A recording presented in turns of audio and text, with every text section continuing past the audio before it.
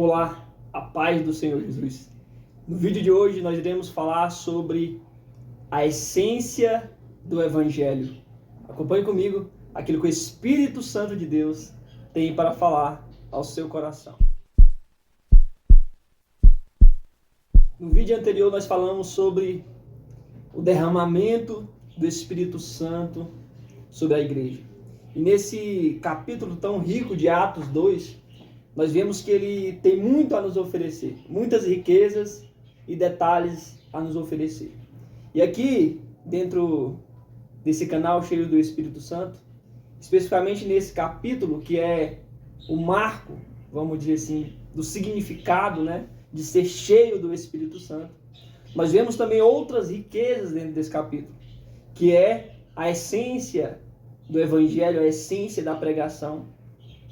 Também iremos ver no próximo vídeo sobre a essência da igreja primitiva. E aqui, especificamente no vídeo de hoje, nós iremos ver sobre a primeira pregação, vamos dizer assim, dentro da igreja. A primeira pregação, o grande sermão de Pedro. E o que que nós podemos aprender, o que esse discurso de Pedro no dia de Pentecostes, essa pregação, esse sermão de Pedro tem a nos ensinar como igreja, tem a ensinar a igreja cristã moderna, a igreja cristã dos nossos dias atuais. E é isso que nós vamos extrair desse texto no vídeo de hoje. Então aqui nós vemos que Pedro, o que ele vai falar nesse primeiro sermão dele? Ele vai falar sobre o Evangelho. E o que é o Evangelho? O que significa o Evangelho? Onde está resumido o Evangelho? O Evangelho nós vemos que está centrado na pessoa de Jesus Cristo, na vida, na morte, na ressurreição e na glorificação de Jesus Cristo de Nazaré. A nossa igreja moderna, a nossa igreja dos dias atuais, tem feito muitos programas, eventos, seminários, para atrair muitas pessoas, para quem sabe participar dessa comunidade cristã, da vida cristã da igreja.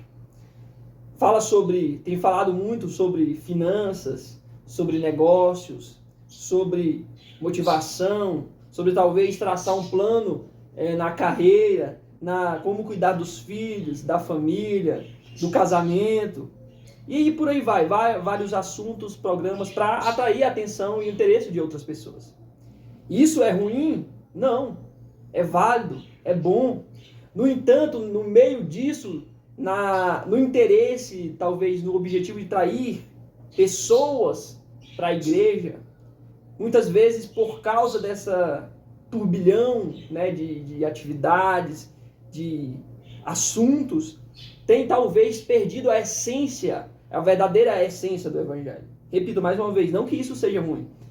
Ruim o quê? Fazer programas para atrair pessoas. No entanto, o problema está em se afastar da essência do Evangelho.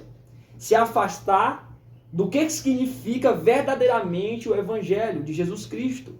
Porque é isso que se resume o Evangelho. É isso em que está centrada, está edificada a igreja de Cristo, no Evangelho de Jesus Cristo de Nazaré.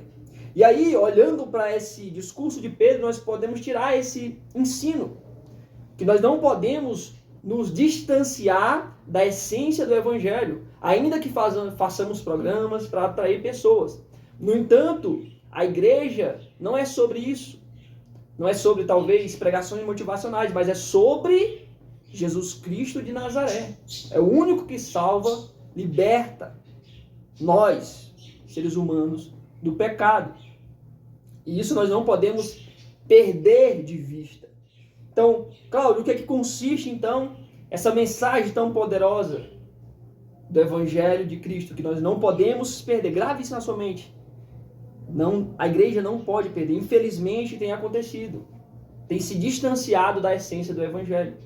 Mas eu quero trazer à sua mente que o discurso de Pedro, nós vamos olhar aqui para esse discurso e ver essa estruturação, essa base do Evangelho, essa essência do Evangelho de Cristo, essa essência que deve estar presente, deve ser o centro, deve ser o fundamento, deve ser a base da ministração.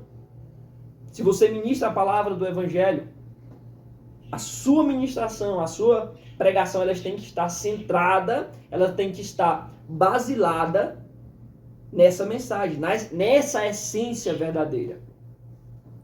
Vamos ler a referência. Pode ser que seja uma leitura um pouco longa, mas eu vou tentar ler mais de forma rápida para que nós possamos observar o que o discurso de Pedro tem a nos ensinar, a essência do Evangelho. Atos 2, capítulo de número 22 ao 36. Homens israelitas, escutai estas palavras. Jesus de Nazaré foi homem aprovado por Deus entre vós com maravilhas, prodígios e sinais, que Deus por ele fez entre vós, como vós mesmos bem sabeis. Ou seja, falando da vida de Cristo, este homem foi entregue pelo determinado propósito e conhecimento antecipado de Deus, tomando-vos, o crucificastes e matastes pelas mãos de ímpios. Crucificação. Deus, porém, o ressuscitou, soltou os laços da morte, porque não era possível que fossem detidos por eles. Ressurreição.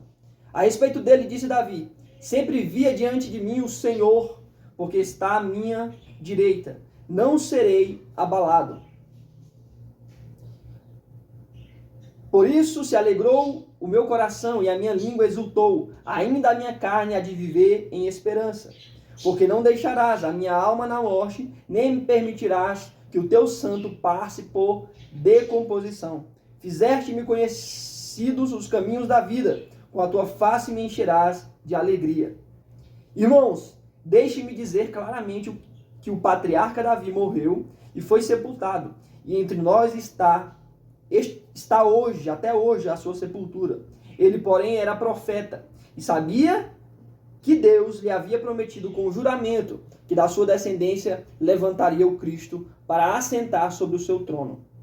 Prevendo isso, disse da ressurreição de Cristo, que a sua alma não foi abandonada no túmulo, nem a sua carne sofreu decomposição. Deus ressuscitou a este Jesus, do que todos nós somos testemunhas. De modo que, exaltado pela destra de Deus, e tendo recebido do Pai a promessa do Espírito Santo, derramou isto que vos agora vedes e ouvis. Pois Davi não subiu aos céus, mas ele próprio disse: disse o Senhor ao meu Senhor, assenta-te à minha direita, até que eu ponha os teus inimigos por estrado dos teus pés. Glorificação. Último versículo, 36. Portanto, saiba com certeza, todo Israel, que a este Jesus, a quem vós crucificastes, Deus o fez Senhor e Cristo. Então nós vemos nessa parte da ministração de Pedro que ele está falando sobre a vida, sobre a morte, sobre a ressurreição e sobre a glorificação de Cristo. E aí nós podemos tirar mais dois elementos, que é a rejeição de Jesus Cristo e a conclusão da mensagem, chamando o povo ao arrependimento. Então nós vemos que após acontecer o derramamento do Espírito Santo, alguns ali que estavam no meio, disse, que aquele povo estava embriagado. E é daí que parte, então, a pregação de Pedro. Irmãos galileus, esses homens não estão embriagados às 9 horas da manhã. Mas isso é o cumprimento da promessa que está escrita lá em Joel 28. Derramarei do meu Espírito sobre toda a carne. E aí, Pedro conclui a citação de Joel 28, e todo aquele que invocar ao Senhor será salvo. Aí ele entra, então, na vida do nosso Senhor Jesus Cristo. Vida, morte, ressurreição e glorificação. Então aí está a essência do Evangelho. Aqui nós podemos tirar a base de qualquer ministração que já fizemos, que iremos fazer sobre a vida de Cristo, sobre a rejeição de Cristo, que foi isso que aconteceu, e sobre o chamamento ao arrependimento. João Batista começa seu ministério chamando o povo ao arrependimento. Jesus Cristo de Nazaré começa o seu ministério chamando o povo ao arrependimento. Isso, infelizmente, tem acabado nos nossos dias. Infelizmente, são poucos ainda que estão ministrando uma palavra de arrependimento. Sem contar no pior, que é afastar-se da mensagem do Evangelho, da essência do Evangelho, que é Jesus Cristo de Nazaré, que é a vida, morte, ressurreição e glorificação do nosso Senhor e Salvador Jesus Cristo. Isso é triste de se dizer, mas é uma realidade. Tem mais focado em, talvez, como desenvolver uma vida próspera financeiramente, como alcançar o sucesso na sua vida profissional. Mas o que realmente importa, infelizmente, tem sido afastado. E por isso que eu estou fazendo esse vídeo para você. Assim como foi ministrado ao meu coração. Nós precisamos nos manter firmados na base do Evangelho, no fundamento do Evangelho, no centro do Evangelho, cruz de Cristo. Esse é o poder de Deus para a nossa salvação. Loucura para os gregos, escândalos para os judeus, mas para nós que vamos sendo salvos é o poder de Deus para a salvação. Nós não podemos nos afastar dessa mensagem da cruz. Não podemos nos afastar do Evangelho da cruz, que consiste, o Evangelho, na vida de Jesus Cristo. O Evangelho, os próprios livros de Evangelho, Mateus, Marcos, Lucas e João, estão centrados em quê? Em falar da vida de Jesus Cristo, os sinais e prodígios e maravilhas que ele fez, a sua crucificação, a sua ressurreição e a sua glorificação. E aí, quando Pedro, então, fala dessa essência do Evangelho, ele então vai dizer que aquele Cristo, que é nosso Senhor, foi quem eles crucificaram. Ou seja, a rejeição de Jesus Cristo, a rejeição do Salvador.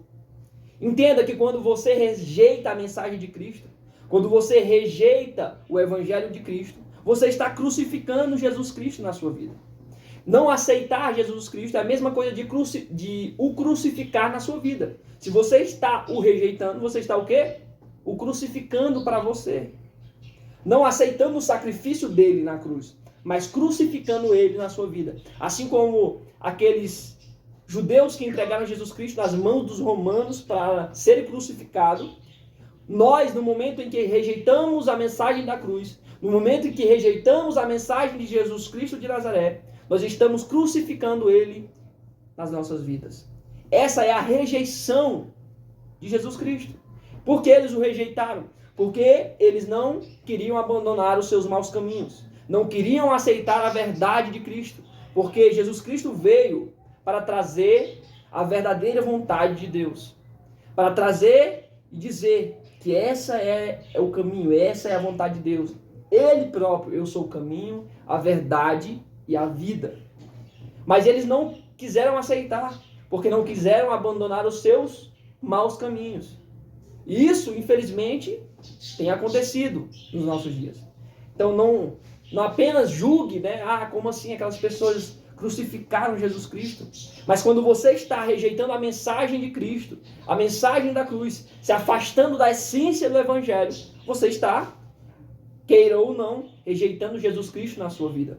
Você está crucificando Jesus Cristo na sua vida. Eu não aceito essa mensagem. Eu não aceito Jesus Cristo. Você está crucificando, rejeitando o Mestre. Mas aí, Pedro, ao concluir essa mensagem, chama o povo ao arrependimento. Na verdade, o povo, ao ser impactado por essa mensagem do Evangelho da cruz, eles vão se contristecer e ouvir. Eles vão se afligir o seu coração e perguntar a Pedro: o que faremos, irmãos? O que nós faremos então para receber essa salvação? E Pedro vai dizer: crede no Senhor Jesus Cristo. Seja batizado em nome de Jesus Cristo para o perdão dos pecados e recebereis o dom do Espírito Santo. Arrependei-vos. Essa palavra, arrependei-vos, que origem de metanoia. Metanoia é a mesma base de metamorfose. Imagine, é você, a lagarta se transformar em borboleta. Então, quando nós somos impactados e recebemos essa mensagem, não tem como nós permanecermos o mesmo. Acontece esse processo de metanoia, metamorfose, transformar em uma nova criatura em Cristo Jesus. Deixar, na verdade, de ser criatura para ser filho de Deus. Essa transformação. Não tem como uma pessoa receber a mensagem do Evangelho e permanecer como antes. Permanecer a mesma pessoa. Há uma transformação, porque essa palavra ela tem poder para nos transformar e nos aperfeiçoar conforme a imagem de quem? De Jesus Cristo, nosso Senhor. Então essa é a mensagem do Evangelho. Essa é a essência do Evangelho, que tem poder para transformar vidas. Então, mantenha isso no seu coração. Não se deixe levar por muitos que têm se afastado dessa essência. O Evangelho de Cristo, o Evangelho se consiste em Jesus Cristo de Nazaré. Vida, morte, ressurreição e glorificação. Que a graça e o amor de nosso Senhor e Salvador Jesus Cristo seja na minha e na sua vida. Amém.